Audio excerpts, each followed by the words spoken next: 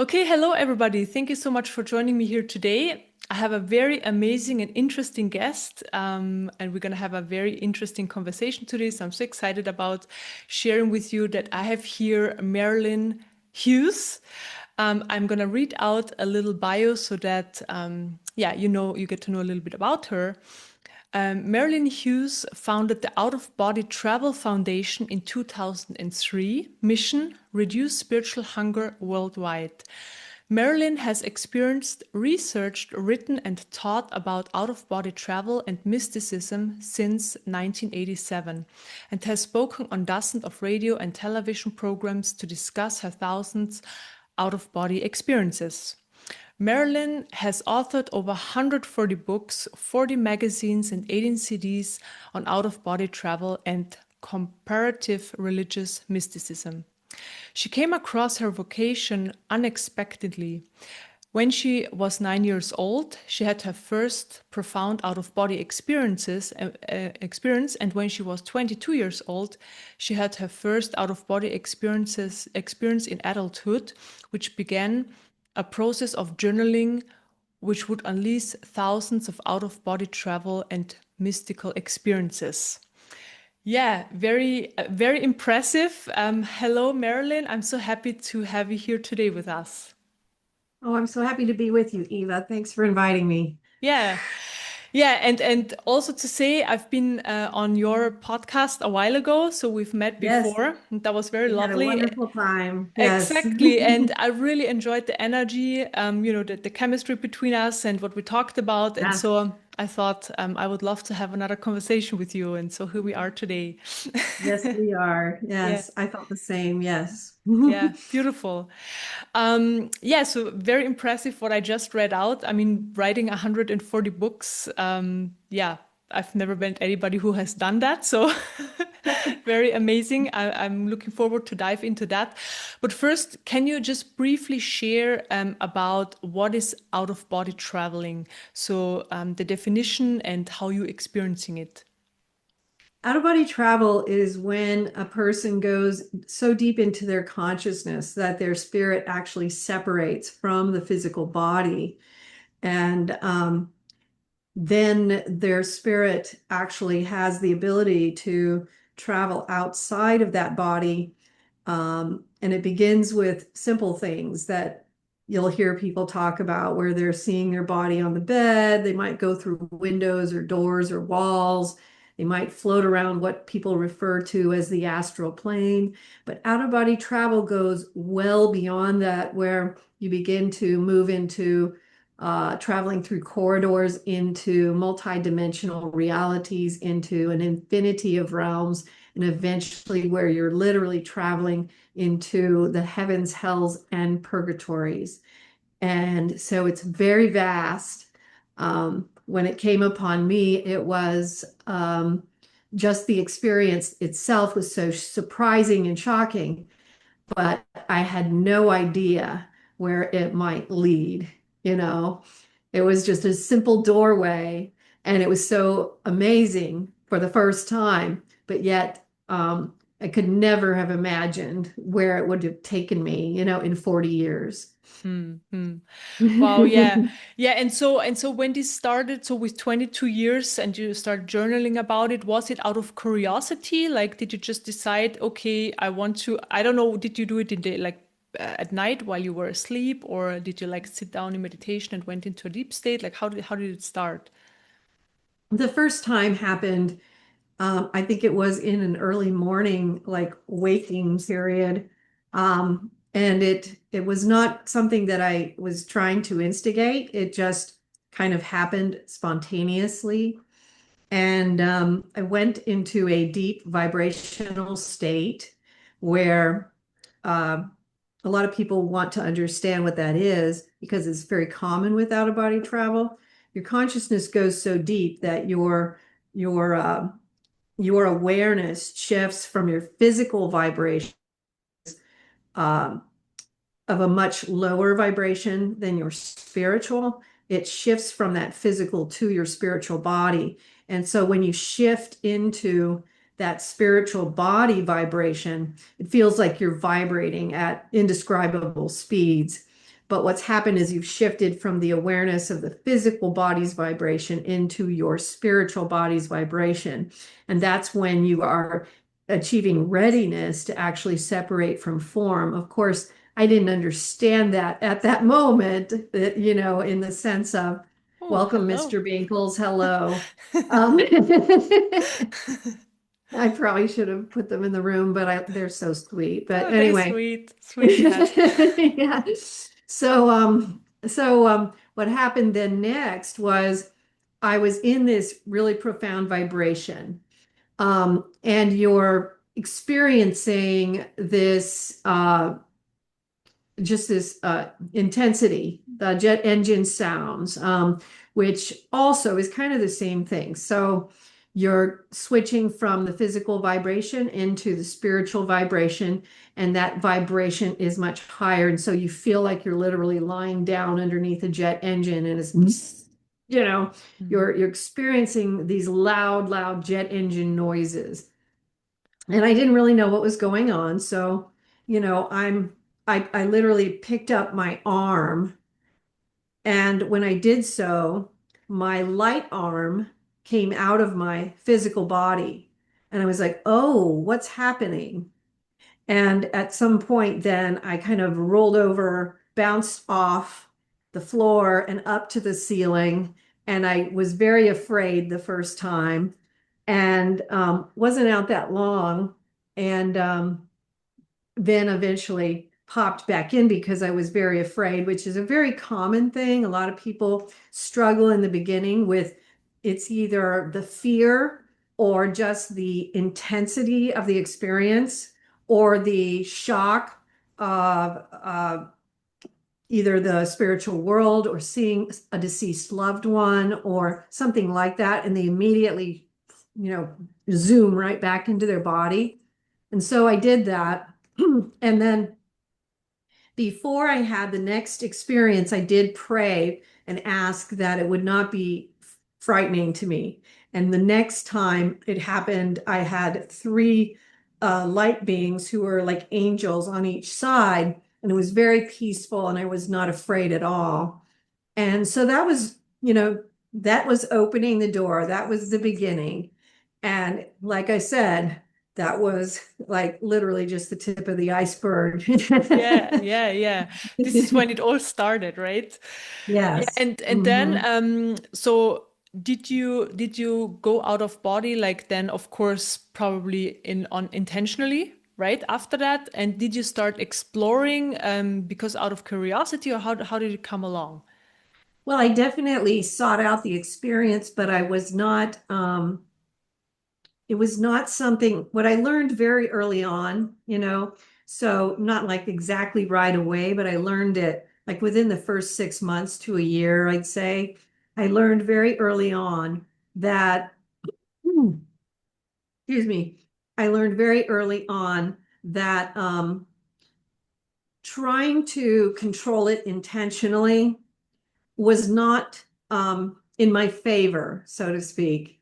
And the reason why was because I would try to control things according to what I knew. But when I actually fell back into surrender to the Spirit of God and the angelic teachers and those who were actually trying to guide me, then I would be taken to see things that were so far beyond anything I could imagine that I would limit myself by trying to control it or trying to intend it myself.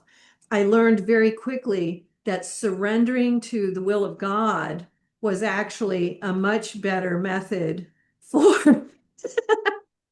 I'm probably going to take a minute here and put them in a room so that since they're feeling very friendly. Um, um, excuse me. Let me just put them in a room All here. right, all right. All right, How many do Mr. you have? Pickles. I just have two of All them. right, all right. Oh, they're really big, aren't they? Just him, because he's a Hmm. guy. The other one's a little tiny girl. Okay. Come here. You guys go in here to play. Go in here. Take your little girlfriend. Come here. Oh. you go. Good girl. Good girl. Come on. Come here. Come here. Come here. Come here, Giggles. Oh, baby chicks.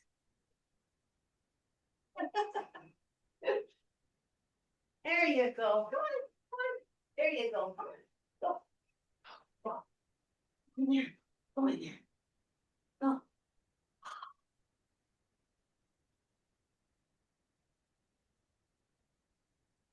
A good girl. Good girl.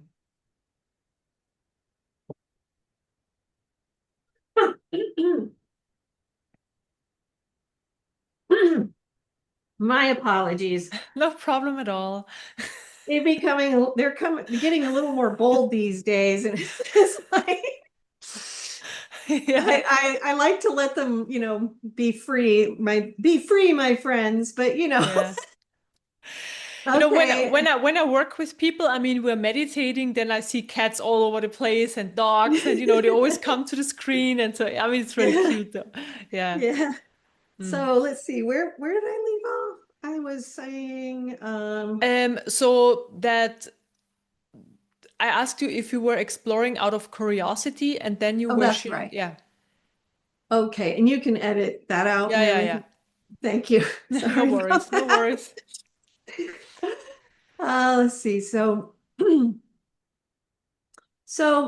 so what I found very quickly early on is that allowing yourself to surrender to the guidance of the higher beings around us who are serving God and who know the greater path that lies before us was actually the better path. And so, not trying to put my intentions out there except for the intention of show me your will for me, Lord, was not very helpful. It would be helpful if I just focused on allowing that will to unfold. And so that's what I learned very quickly and stopped trying so much to make it about what I wanted because I learned very, excuse me. I'm so sorry No about this, worries. but Honestly, just it's fine. It's just there. It is just how it is. okay. No problem at all. Yeah, You I know would what, Marilyn, we just surrender. just It is what surrender. it is. It is what it is. Yes. So Exactly. it's it's what I was going to say about it is that we learn that you know what we think what we think there is to see and learn is always we're just so earthbound, and so people will often think they're like, oh, let me think about can I go see my friend in some other state or country, or can I see if I can figure out how to prove this is real by reading numbers, but God thinks, why don't I take her to a crystal forest and show her the glowing river of gold, and you're like, what was I thinking? Why would I want to Wow. do that when I could go do that or go to the Palace of Ancient Knowledge in the city of the New Jerusalem, where all the ancient texts from both the world and all worlds in the entire galactic heavens are stored. And it's like, oh, and I was just saying, hey, can I go see my deceased friends? It's like we learn very quickly that there are so many things that we don't even know about, and we want to open ourselves up to be shown what we need to see, what we need to know, that we don't know about, we Yeah. don't remember is really probably more accurate. You know what I mean? Yeah, yeah. I love that you share that because I mean this is really, for everybody who's on the path of awakening, it's exactly about that surrendering because we can't know. And I love the example of you saying I want to meet a deceased loved ones versus going into some crystalline place or whatever, like it's a much more profound experience. So it lays beyond our imagination or whatever we can think about or imagine. And that's very, very beautiful. It's a very amazing reminder. So very, very great. Yeah. Thank you. Yeah, and so that how did it unfold? You surrendered, and then you were just shown different areas of creation. So there are dimensions, there are realms, there are planes of consciousness. I don't know, like how would you describe these different areas? Then, of course, there are the planets and different beings everywhere. Like, just give me a little brief overview of what you were exploring. Well, what happens is it starts out, it can be laid out actually like a plan, and you'll find that you can find resources at the websites and the YouTube channel that does do that. Like the Grand Phases of the Soul is one of our documentaries that lays it out, the path. But what happens is you're going to start out with particular teachers or guardians and guides who teach you of certain concepts. So in my case, I had to learn about the oneness of all humanity and then all life. So I meet Emmanuel. And of course, you're thinking, oh, this is the be all end all of all teachers. And of course, he is, but he's only the first of thousands of teachers. But I, of course, did not know that. So once he's come in and taught me what he is there to teach me, he hands me over to Kutahe, who then starts teaching me about delineations in spirit. I learn about the oneness, the universal sphere of being, and then I learn about delineations, right? Then I start meeting with particular souls that are important on my own karmic journey. I learn about my own past lifetimes. Then I meet my higher self, whose name is Odyssey. And she then kind of becomes the grand conductor of the whole journey. And then I'm meeting hundreds of teachers who are teaching me to move towards the path of the eight, which is the path of the immortal. So we're moving through the rites of passage, the initiations into the mysteries, going through all of these passageways, traveling into and through these corridors into higher and higher realms, beautiful realms where creation originates, beautiful realms where the mysteries lie. Just imagine, for instance, that, so in the initiations and the mysteries, you're taken into things. So just going from the understanding, I talk a lot about this with people that knowledge is not information, it's vibration. And so we go through vibrational raisings from the very beginning to become readied to go to higher and higher realms of knowledge. So during the initiations into the mysteries and the rites of passage, we are taken to special moments in sacred history, both here on Earth and in the galactic heavens, where sometimes it's just being present, and then sometimes there are actual rituals that we have to go through and pass through in order to achieve the mystery, so to speak. But, just to give you an idea of some of these most amazing places, one of the places you'll be taken is the place where the Star of Bethlehem is held in the heavens in a sacred receptacle. And you go there to receive the vibration of it, the sacred vibration of it. You will be taken through the mysteries of the crucifixion. You will be taken through the mysteries of all the prophets, saints, mystics, sages, and ascetics of all world religions. So you're going to be taken into a lot of mysteries that have to do with all the faiths, Hinduism, Judaism, the mystery religions, Christianity, Buddhism, the native tribal faiths, the Aboriginal things, all of these things, Islam, the Baha'i faith, all of these things have mysteries that are part of them. You'll be taken into the ancient Egyptian mysteries. There's a lot with the pyramids and the Great Sphinx, and being taken to the Great Hall of Records below the Sphinx and below the Great Pyramid, and uncovering the secrets of the Great Sphinx and what the original construction of the Great Sphinx was, not above ground, but in spirit.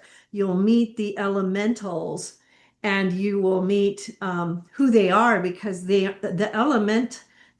elementals are beings, and there is there are more elementals than we know on Earth because there are the elementals that have to do with ether and also with karmic rebirth. So we have more than meets the eye. We have um, the galactic mysteries as well. So you will be meeting beings from other star systems. In my case, it was the Pleiadians, the Arcturians, and then there were other species who we don't know their names here on Earth, really, really high beings from amazing places. But then you will also meet with um, a lot of great chiefs and tribal leaders, the old ones, the medicine women from throughout all the ages, and be transformed into one of them in order to become capable of altering energy in the managerial realms of life, so that you become capable of giving back to creation that which creation gives to us. And through all this, you are working your way up through that ladder of the eights. You're working up through the mortal spheres, which is 1 through 7. And then you're working towards achieving the eight, which is the book of the eights, which is the sacred book that you find in the empty tomb at the top of the pyramid, which is the book of life, which is what we all want our name to be written in, that opens up immortality to us in the afterlife, but far beyond that. And then beyond this, we go into the mysteries of the ascension, which are a whole nother set of mysteries. And that's just my first book. And Wow. so Oh my goodness. That's a lot of information. Yeah. that's just the first book. Hmm. So Hmm. there's so much more beyond all that. Hmm. And so what you start realizing is there's this whole cosmology that lies beyond this physical world that we live within. And this cosmology interacts with every aspect of who we are as physical beings on Earth. And there is so much more for us to understand. And by understanding these things, by taking within it into our physical nature, into our physical vibration, there is a purpose to this understanding. It is not just for the sake of, oh, isn't this fun? You know what I mean? There Mm. is a path of purification that we are embodying. This path of purification is the essence of the purpose of our life here in this earthly life, which is a mortal realm. And all mortal realms are realms where the battles between good and evil go on inside of ourselves and all around us. And so, this path of purification in the soul is the path wherein the soul is working to eject all darkness that remains within and fill it with more and more light, become more and more compatible to an all holy God, so that at the end of this life, the soul is compatible to achieve an ascension of many different levels, because there are many different levels of that, so that they no longer have to come back in a reincarnative cycle and try again to do the same thing. And if you actually think about how rare that is, then you realize how many souls actually do the reincarnational circling over and over and over again and get very stuck there. But Mm. actually, this out of body travel as a tool, because it's not a truth, it's a tool, opens up and accelerates those possibilities for souls who are interested in achieving the purpose of our earthly incarnational cycle, so that we actually do what we came here to do and move on to the next evolutionary construct when we leave this realm this Mm. time around. Yeah, I mean, wow. It's very, very fascinating. And thank you so much for sharing. And I see a lot of parallels with my work, although I talk about it in a different way. Because I just talk about energy and information. So I don't see all that content that you're seeing through out of body travel. So I don't see the Yes. content. What I'm seeing is the layers of density, so that, the higher we go up, the less information is there, but the higher vibrational the information is. Um, and so in certain dimensions, I just call it dimensions, and I saw you had a graphic in your documentary. So we are in this third dimension, right? And the Right. higher the dimension is, the higher is the vibration, basically, and then outside of this graphic or of the circle is God. So this is how you showed it, right? Yeah. Mm-hmm. And as I see it, so all these dimensions is creation, and then outside is God. This is outside of creation. It's the absolute. It's just another word, right? Right. That's what's holding creation. And I'm curious because I mean this is what I'm helping people to basically realize the absolute, or bringing this aspect into the experience of the human so that they know they are of that. And my question is, so you were talking about all these things now, and I want to know in which so of these dimensions are you seeing them? So when Earth is the third one, and then like you go through all these learnings and understandings of things, like everything you just shared about so perfectly. So where is it vibrational wise? Or how does it help to raise the vibration? This is what I'm interested in. How does how does it help to raise our vibration as humans? No, okay, so okay. As humans, because we are here in the human body, so we bring this into the human body. Right. This Okay. this work we're doing. Um, so in your case, you go outside the astral plane, you do some certain work, but then you bring this into your human experience. Like you bring this into your energy body, like this information, Right. this ascension process. Right. So it's happening here. It's Right. happening in the body. Yeah. So yeah, and I'm just interested. Okay, so the third dimension is the physical one, right? And then the fourth, for example, it's an astral plane with, let's say, ascended loved ones. And then you go higher up, and in which dimensions are what kind of beings? Like when you talk about the galactic ones or um, the the ascended masters, like where do you see them? I'm just curious because when I Okay. traveled through them, like in the highest ones, so I haven't explored this in detail, so this is why I'm interested. In the Mhm. highest ones, I only see information, so there is none, like there couldn't be any beings anymore. Like there's just information and energy. But in the more lower, so let's say 8, 9, and lower ones, there can beings can exist there. Yeah, so this is Right. just my experience, and I just want to see what you have to say about it since you have so much more of it. Yeah. Okay. Well, it's not laid out like geometrically like that in the higher realms, but generally what you have, the third and fourth realm are mortal realms. The third being the third dimension, the fourth realm being the overlapping dimension, that's the astral plane. So it's very similar to the third dimension, and the beings that you see there are still very much ensconced in whatever their karmic things are. So even though you may have a lot of deceased souls there, you're going to have a lot of wandering spirits, lost souls, ghosts, things like that might be there. And, um, when it comes to the realms 5 and above, those are the realms of light and life. And so anything above realm 5 and up is an accelerating realm of light and life. Now, in terms of whether or not there can be beings there, there can be, and there are. So, like for instance, the golden angels reside in the 23rd dimension, you Mm, know.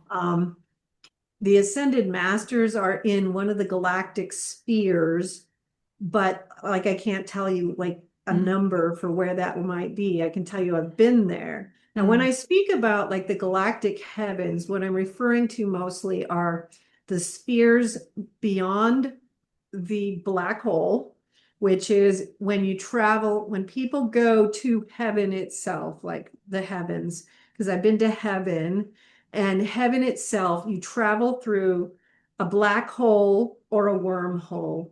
And I'm not an astronomer, so I can't really say, but it's one of those kinds of things. You're traveling through a tunnel of sorts in space. And as you go through it, you change dimensions. And so you're now still in space, but it's a completely different dimensional reality of space.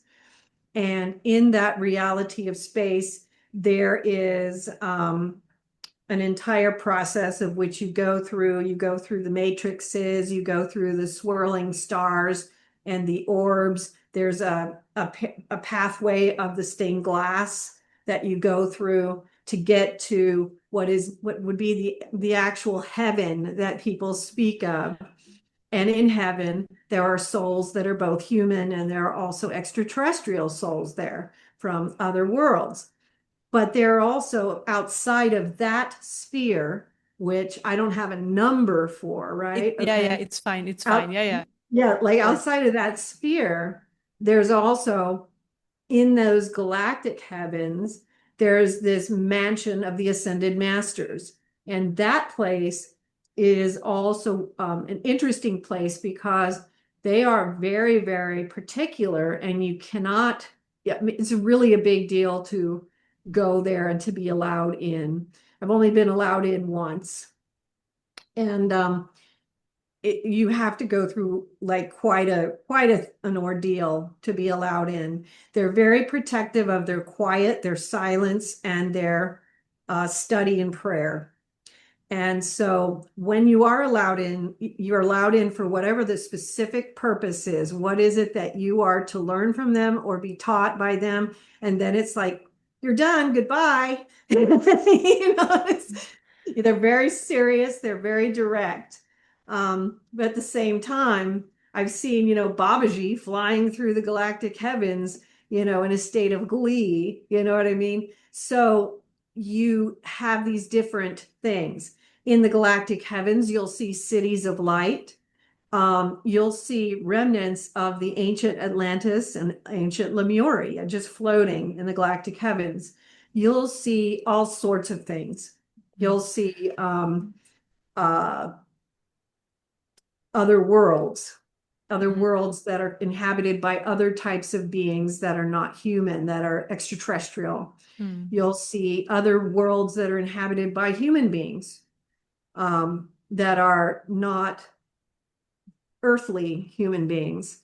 You'll see a place that I call the Pure Lands that I've written about in my screenplays extensively, which is the land of the masters.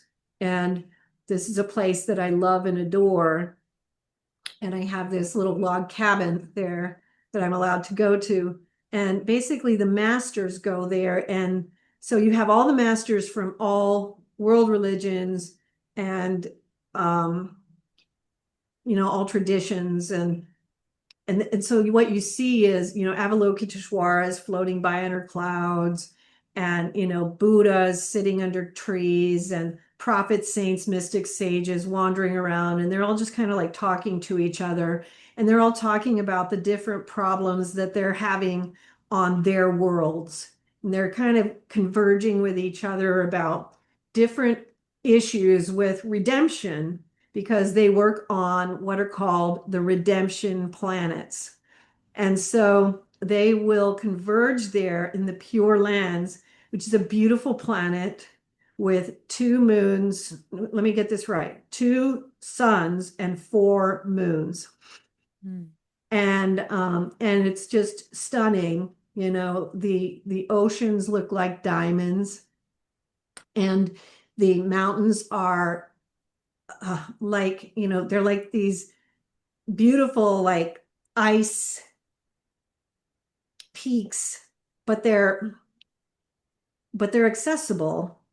They're just beautiful. The woods and the flowing grasses, they're all alive. They're all there's a spiritual life to everything. It's just beautiful naturally, and but everything is much more alive, much more color, the flowers, the colors in the sky.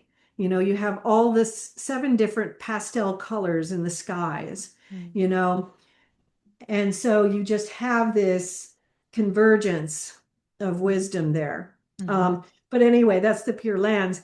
And then, you know, you have all these different things in the galactic heavens. But beyond this, you also have all these realms, these other realms that are places that souls travel to that are not galactic heavens in location. They are actually like they're actually like what you're talking about, where it would be different dimensional levels, and you will feel those in terms of density. Mm. You don't necessarily have like, you know that they are like realms 5 and above. You know this, but you don't like, oh, hey, this is 56. Now this is 522. You know, they don't do that. Now, when you go into the lower realms, sometimes you're given certain things like that. Because in the lower hell realms, which is realms 1 and 2, there are sometimes they give you numbers, but there are also names for some of those places, like Muddy Flats, or, you know, the Cold Hell, or, you know, things like this. But in the higher realms, there might be names too for some of them, but you're going to remember them mostly for what purposes they serve. So many of them serve creation. You know, another one of these beautiful things in the galactic heavens is uh, the galactic version of Venus, the planet Venus, which has the Assisi Mountains and the Assisi Marauders, which are uh, these 5 men who are dressed in all black with these black capes, and they ride these white-winged horses, and they energize creation throughout the universe. And so they help a lot of people on Earth who are creatives, who are writers, artists, painters, musicians, things like that. But they also work on other aspects of creation. So don't be surprised if you see them working on hanging a star, or, you know, doing other things like that too. And so there on the Assisi, right around the Assisi Mountains, that's where the Assisi Marauders live. But also there's this beautiful spiritual community of many hundreds of souls, all guided by this ancient master, who has, you know, a beard down to here, white hair, and he wears a white robe, and he's their teacher, you know. And so those are the galactic heavens. But then in these other spheres, you're going to have other types of creation, your creative realms. And many of these places are things that people visit at night don't remember because it's subconscious for them. You're going to have all sorts of things, really. I mean, if And what do you people there, for example, what you just mentioned? So what do people there while they sleep? well, like in the creation thing, a lot of it can be people are being energized to bring out their creative gifts. Like, for instance, one of the realms that I traveled to was the warehouse of unfulfilled dreams. And there's this little, very, very modest and humble old man who guards and guardians the warehouse of unfulfilled dreams. And he he has the warehouse is full. And one of the things he Oh. told me was, tell your friends to come pick up their dreams, because their dreams are still here. And and I'm just going to put out a reminder to all of you listening. Come pick up your dreams at the warehouse of fulfilled dreams, because they're still there, and they're Mhm. still waiting to be picked up, and they're being very carefully taken care of by this wonderful little man. And they don't get lost. They do get stored, and they're Yeah. there. But there's the warehouse of unfulfilled dreams. Other things that happen in a lot of these realms are where subconscious souls, we'll talk about that because this is a biggie. When people are asleep at night and they're not aware of these things that are going on, people will be taken to different realms to receive assistance. So some people, it can be as simple as going to receive help for something that's happening in their life. So if someone's going through grief, they may be going somewhere where they are receiving help. They're meeting with other souls. They might meet in a circle, and there's angels that are going to be working with all of them. Um, they're going to be talking about their grief, but there's also these angels that go around and they touch them in different parts of their, usually around their heads, where there's energy centers all around their brains. But they do it with their chakras too. But it is mostly around. It's like there's things in their heads that they know exactly where to touch that affects So their brain. the body, they Well, it's touch their spirit yeah, body when yeah, they're spirit out, body. but it is their spirit body and it is around their head a Okay, lot. because since you mentioned this, many times when I was younger, I experienced and I knew it's an angel that somebody's patting my head, and it was like Yes. a vibration, but like a little electric vibration, just like this, and even going into my ear, and then it went into my ear, and Yes. it's and Those this things are real. Those yeah, things yeah. are really These were at times happening. when I felt I needed assistance and I asked for it, and then I always felt, oh, my guardian angel is here, and then this patting happened, and I just felt held and safe, basically. So yeah, very cool Yes. that you share that. Yeah. Oh, yeah, there's all kinds of things for those types of things. Like, for Mm. instance, there's disaster crews that go out every time there's a mass disaster. So, war, an airplane crash, natural disasters. There's disaster crews that go out and they actually go in mass to help pull the souls from the wreckage of what's happening and help them to get out of the burning mess that's going on below and help pull them out. There's all kinds of things like that. There are there are things that go on where souls are taught about out of body travel and astral travel and about spiritual things in their sleeping. And so they're taken to different realms to teach them about spiritual principles, to try to assist them to be able to bring it back to the conscious mind, so that they will be able to, apply this to their lives as they, come back to the waking world. There's there's all sorts of different spheres for different kinds of angels. Like I mentioned, the angels in the 23rd dimension, the golden angels, they're translucent and they're completely gold. And they're, when you see them, you're just like in awe, in holy awe. They're just so beautiful and filled with this holiness of God that, you're just rendered silent. There are realms, like for instance, where the Buddha resides, and he brings you into qualities, for instance, and he takes you into wonderment, devotion, and humility. And he takes you, it's the white energies. These are white energies. And he pulls you into them with him so that you can become that.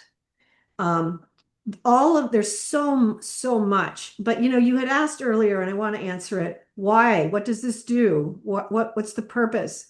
The purpose is we are bringing something from heaven to earth every time we go, and everything that we bring back, we're bringing something from heaven to earth.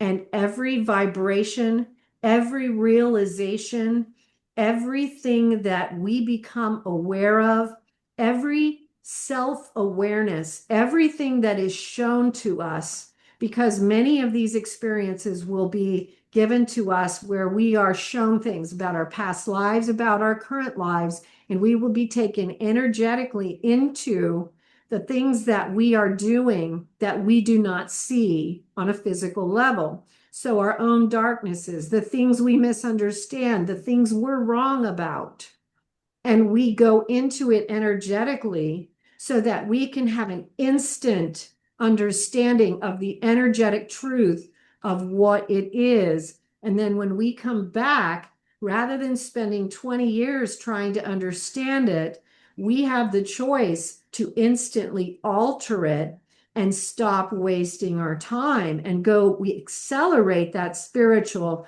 progression, that spiritual awakening, so that we are making it so much more likely that we will achieve some level of an ascension at the end of this lifetime and not have to return here, because these worlds are the mortal realms.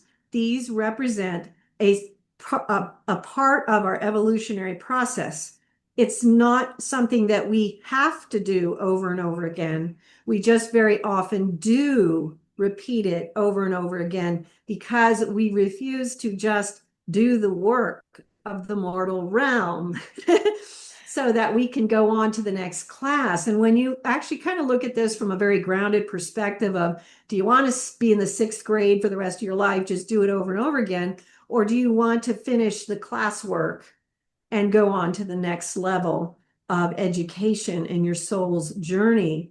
And I think a lot of people who are going to watch this, people who are interested in the spiritual journey, are going to say, I would like to accelerate my path. And that's what out of body travel provides. It's a tool like many of these other tools, like the tools you provide, where we provide, we don't, the tools that we offer this opportunity for an acceleration of that spiritual process if it is used properly. And so by doing so, a soul has a lot of opportunities to become more self-aware and make the changes that are necessary on an inner level to achieve the states that are required to go to the next level. And this will be difficult. I want to make sure to say that because people are very uncomfortable with the fact that yes, this does require us to look at the things that we don't understand and the things that we're doing wrong, the things that we're wrong about, the things that we have been incorrect about. And so, no, this isn't, everything you do is just fine and everything's wonderful. This is a path of real self-intrusive examination. And it is an honest and real spiritual path. And that's why it works, is because we're not lily-daddling around, right? We are actually doing the work of the soul. And when you go back to ancient times and you actually go to one of the things I was led to in my work, which was the ancient sacred texts, you'll see that all of the prophets, saints, mystics, sages, and ascetics from all traditions taught this mystical theology, which was, it is a science of the soul. And this science of the soul is the science of the path of purification. Hmm. Yeah, beautiful. Yeah, I mean, I love that you shared this. I mean, exactly as you said, it's also your work is helping to reach ascension or the next level where the soul needs to go. Mine does as well. It's also about purifying the system, so healing and clearing the system, as I call it. So it's again very similar. And I'm curious about two things. So first, I want to Sure. know about how is heaven, since you went there in your experience. And the second one would be, so you said there are different levels of ascension, and I'm just curious about those. Yeah. Okay. So heaven was so beautiful and so wonderful. I can't wait, basically. And sometimes I tell people, because I've had a near-death experience and stuff, and um, I sometimes I can't believe I came back, but I did because I needed to, but that's another story. But it's so beautiful. One of the things I always thought was funny was that when I was there, I didn't realize there were all these extraterrestrials there. And then when I came back, I was like, wait a minute, there were a whole bunch of extraterrestrials in heaven. And it was funny because when you're there, it was so normal and natural that you didn't even notice. You're like, yeah, there's Billy Bob from Arcturus, and it was just like, oh yeah, they're boarding their spaceship over there. That's cool. And it was just so beautiful. It was so it was very galactic. There were ancient sacred texts from our world and galactic ancient sacred texts. And since I'm into those things, I thought this was so cool. They had the galactic texts from other worlds as well. But everyone from all worlds were very much at peace and harmony with each other. There was a complete love of God because, God was the son of heaven, so to speak. The light of heaven is God himself, right? And it was so beautiful that it's impossible almost to put into words, but it was this particular experience because I've had a lot of different ones, right? So I'll just focus on one. It was in the galactic heavens, and there were nebulas in the background. There were swirling stars and orbs. There were these beautiful tunnels with stars, and you could travel through them and go to different parts of the heavenly world. And it was just so expansive. It's almost impossible to really describe it. It was just, you felt a freedom, an unconditional love, and this expansion of knowledge that's just kind of in you when you're there, that's downloaded into you. You just understand everything. That was just so amazing. And there was no end to it because once you were in there, it was like everything, there was a way everywhere and everything connected, everything made sense, everything was beautiful. And Mm. there was this protection there.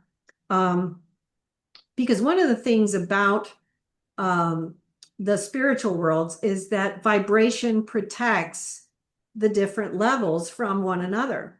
So, like one of the reasons we have to go through vibrational raisings is because if we try to go to a realm that is not compatible to us, we do not have the vibration that is high enough to go there. It will literally feel like you are being crushed. You cannot do it. So there is a vibrational protection in the higher spheres from the lower ones, which are a whole nother story.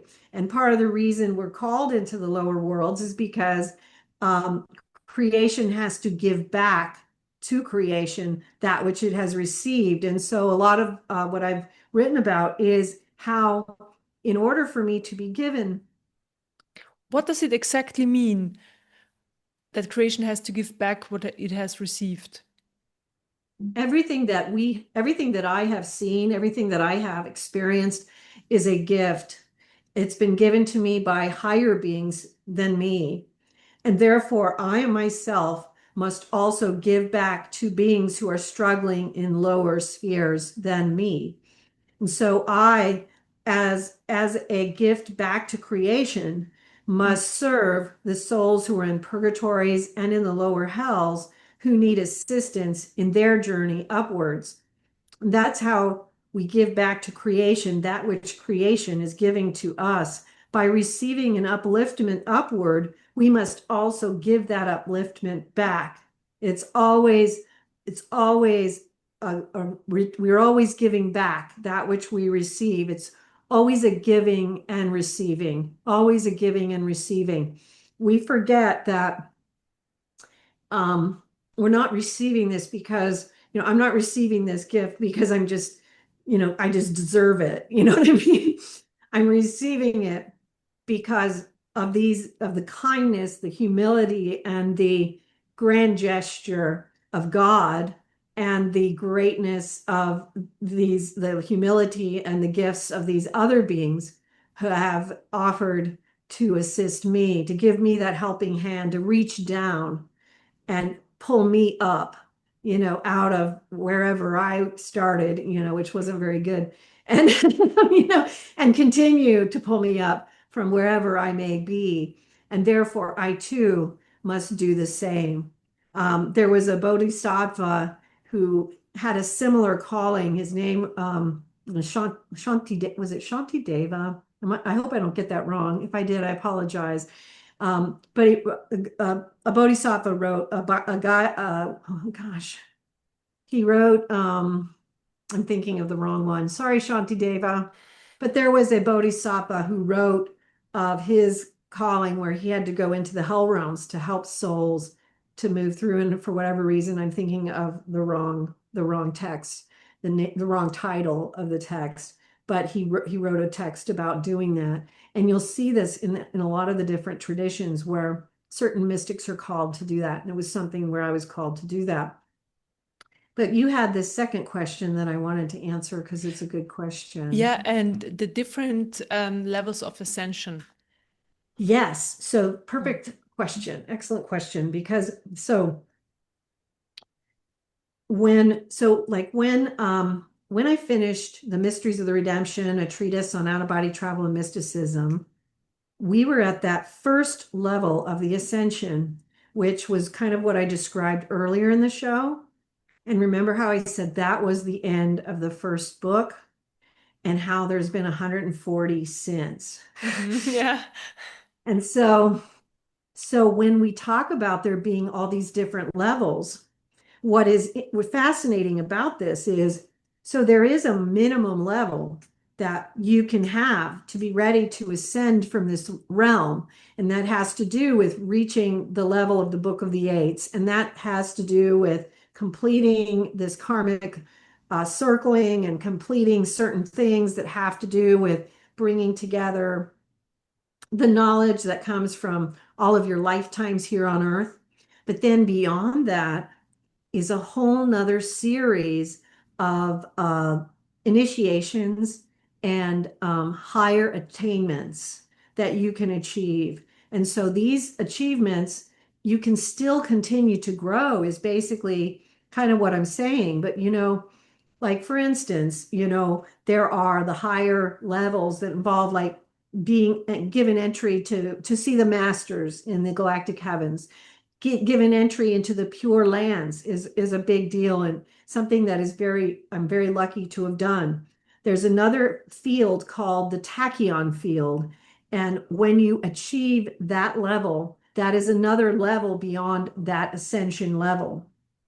There are different levels that you go to along the way, and they're laid out in my books as they continue throughout. And they include things like the level of a potentate, the level of a freeborn, the level of a mystical captive.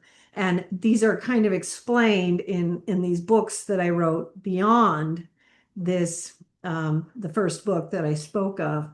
But these are all different energetic thrusts that occur beyond that initial ascension. And what that tells you as a seeker is that there is more beyond that. There is always more beyond it. And and so don't stop seeking there because literally the ascension is just the first step. It's a good step because that's the step that ends the cycle here in the mortal realm. But even though you're still in the mortal realm, there are many, many, many more stages that you can work towards and achieve while you're incarnate on Earth and living here.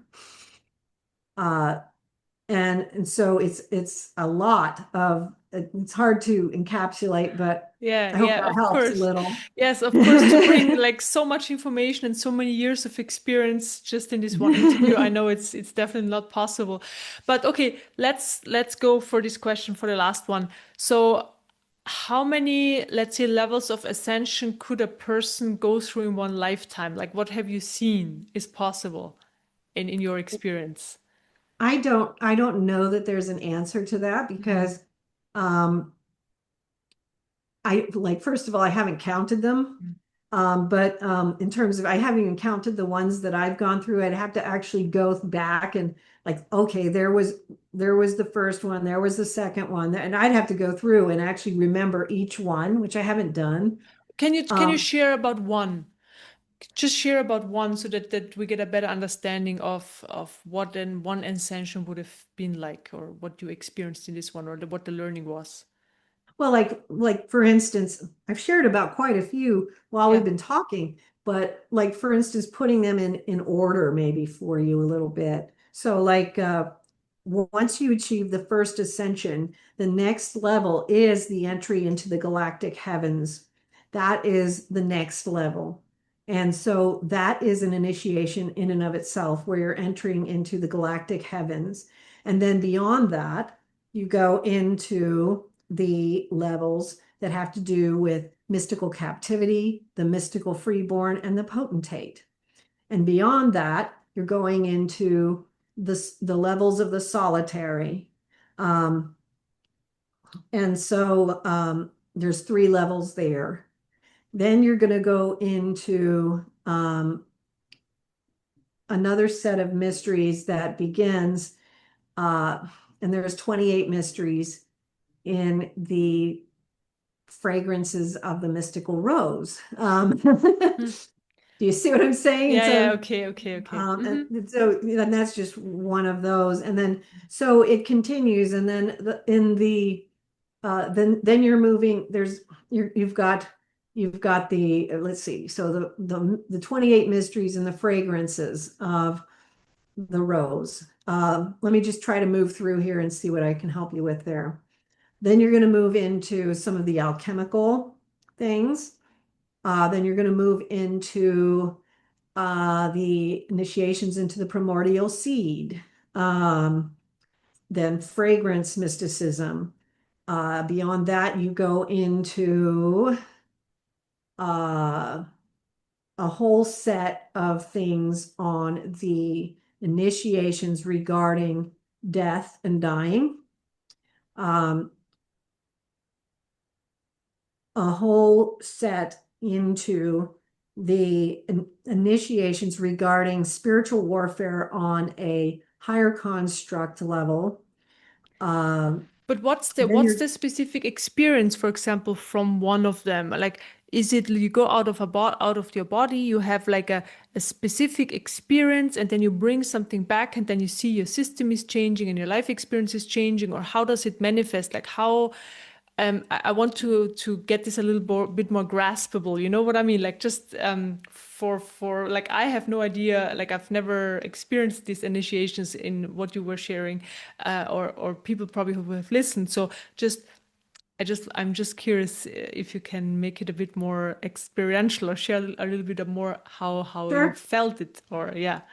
Okay. Yeah. So I'll share some things. Yes. So if you're each level is going to be a series of many experiences. It's not going to be one experience alone. So there will be many experiences.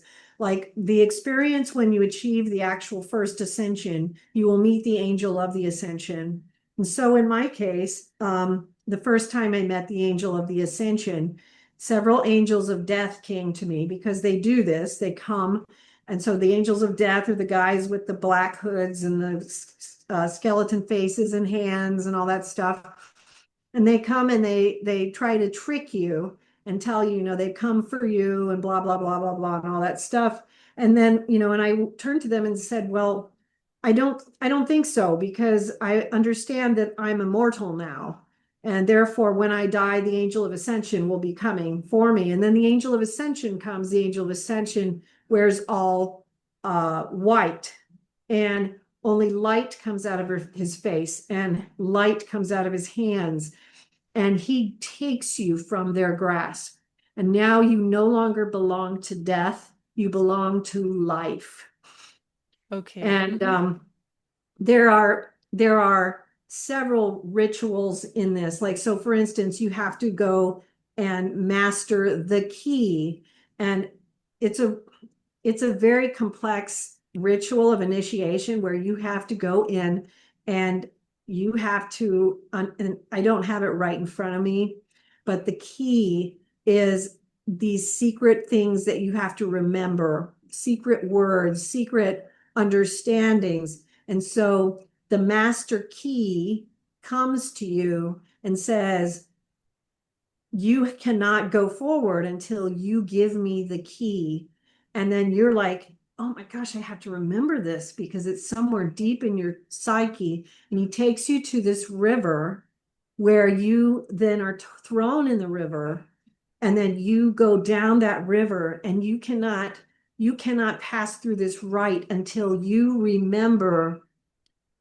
It's like 4 or 5 different mysteries of the key. And then you have to give those mysteries to the master key. And if you get them right, he says, you have passed and you can go on to the next level. If you don't get them right, he turns you back. You see, it's things Hmm. like this. So Okay, okay. like in the galactic level, you start out by the first experience, you're going to have something where life comes to, because now you have been grasped from the hands of death. Okay.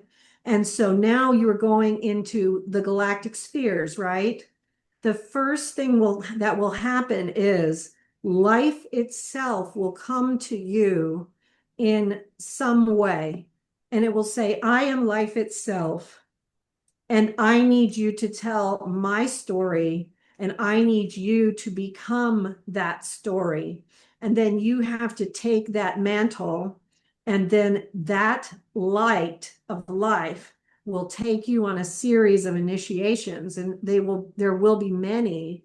And so those many will take you through uh, similar type things. So, but different. They're all different.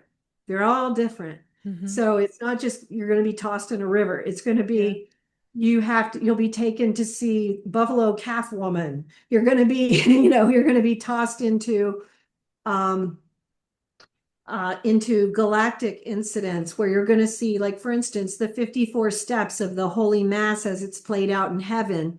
And it's going to be explained to you, and it's going to be taken in vibrationally to you. And then you're going to, in that instance, you're going to learn, oh, I better not speak because this is so holy Hmm. that speaking would be blasphemous at this moment. And then you're going to be taken into other things, like where you learn the mysteries of suffering.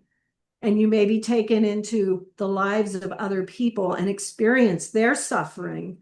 And you may have to learn from that and bring it back and explain it to life itself to show that you understand it, that you have fully cognized it. Then you may be taken into, for instance, a Eucharistic tabernacle and travel with the host, which is alive, which is the living presence of Christ. And you have to be present in that living tabernacle of Christ, and you have to cognize that living presence and come back. And then you have to somehow vibrationally express to the guardian of that ritual what you have understood from this experience, and you better pass. Okay.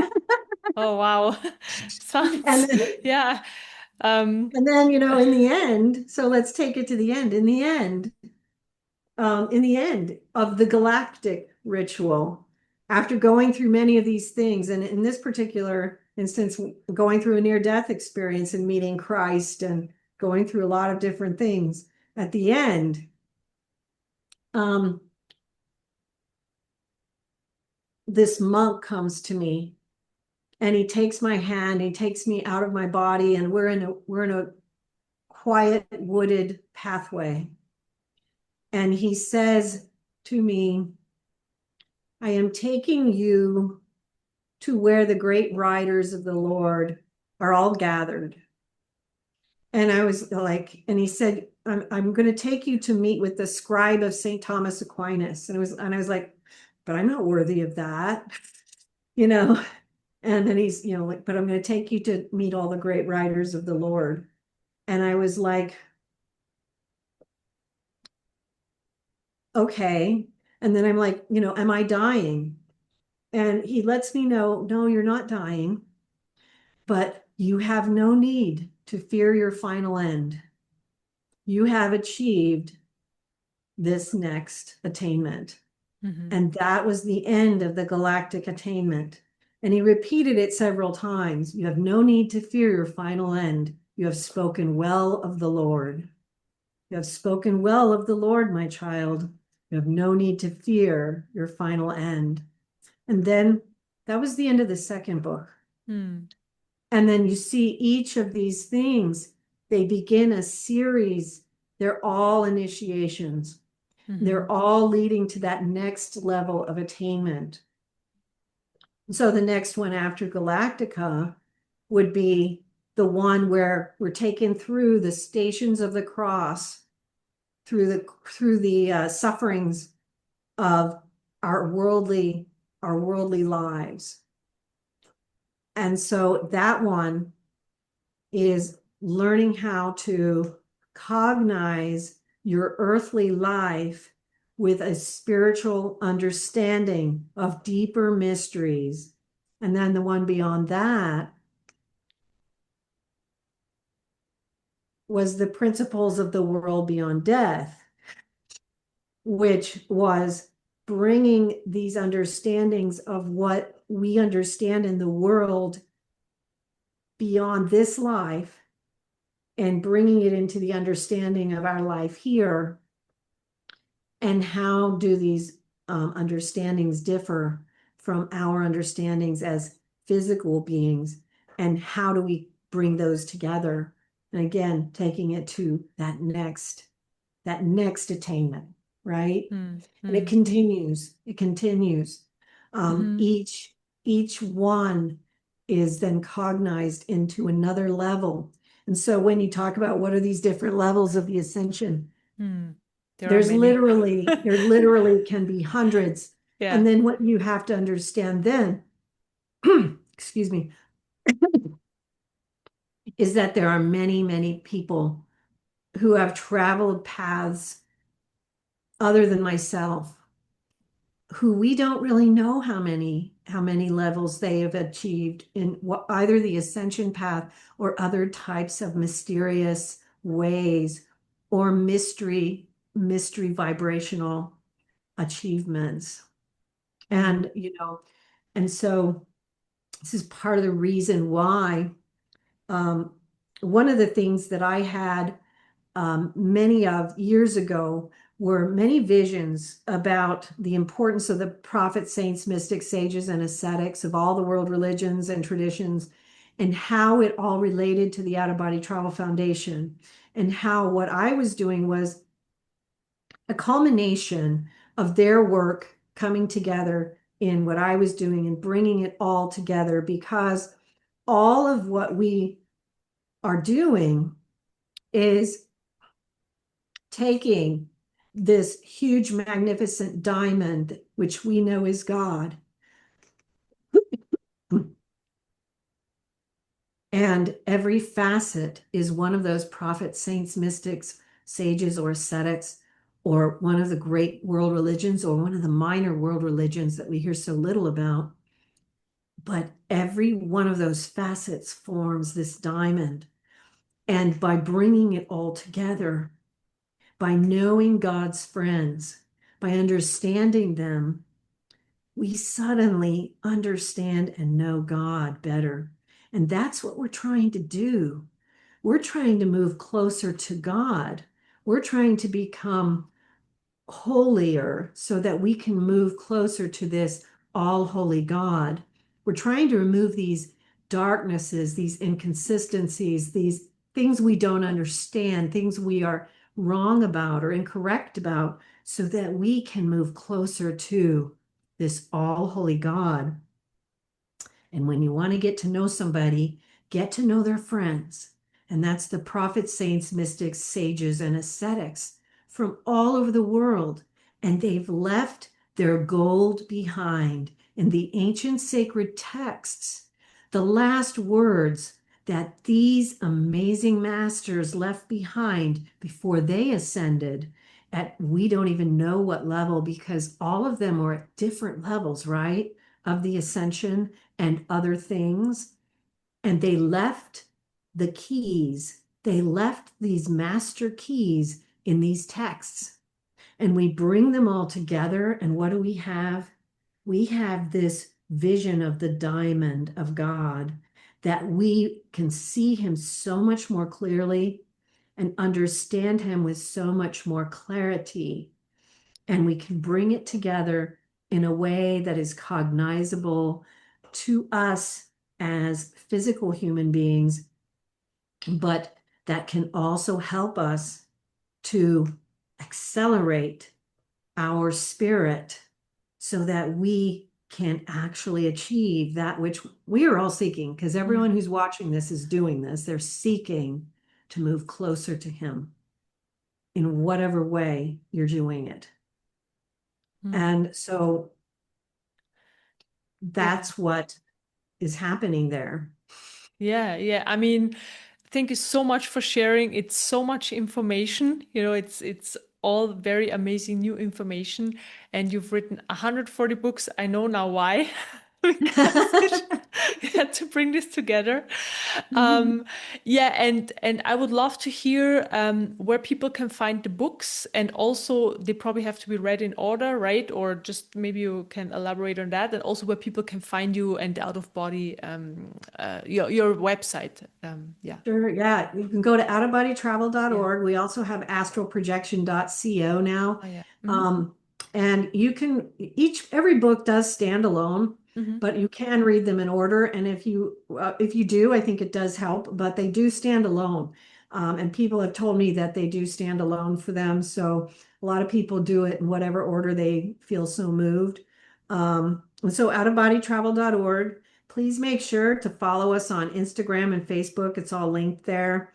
And, you know, you can always send me an email at Marilynn Hughes at outofbodytravel.org. I answer everything if you have questions. And, if you want book recommendations or whatever for based on where you are, I That's always help great. people out with that. That's great. Yeah, perfect, perfect. Sounds amazing. Yeah, and you're also working on a book series right now, or you've just released it, right? So Oh, which one that's was right. this? Yes, we did release a 28 book series called The Complete Out of Body Travel Guides to Out of Body Travel and Astral Projection. And so we did put that out, and there's a couple of other new books, To Gather the Winds of Heaven, the 11th book in the Mysteries of the Redemption series, and another new book, The Templar and the Mystic, is the first book in a new series that I'm starting on. And we're starting to work on getting a film series out, so, put the prayers up for me on that. I'm trying to learn some new things to make Yeah. that happen. Oh wow. So thank you so much for sharing and also everything you're doing, because you do so much. That's absolutely incredible. You put so much content out there for people to find their way around spiritual awakening and moving closer to God. So thank you for sharing that. Thank you so much for being here. It was very amazing to see you again and to have this conversation. And I really appreciate you and your work. Thank you. Thank you, Eva. It was great to see you again. Yeah. And everybody, thank you so much for listening. And see you, yeah, for the next conversation. All right. Thank you, everybody. Bye bye. Okay. I just hit pause.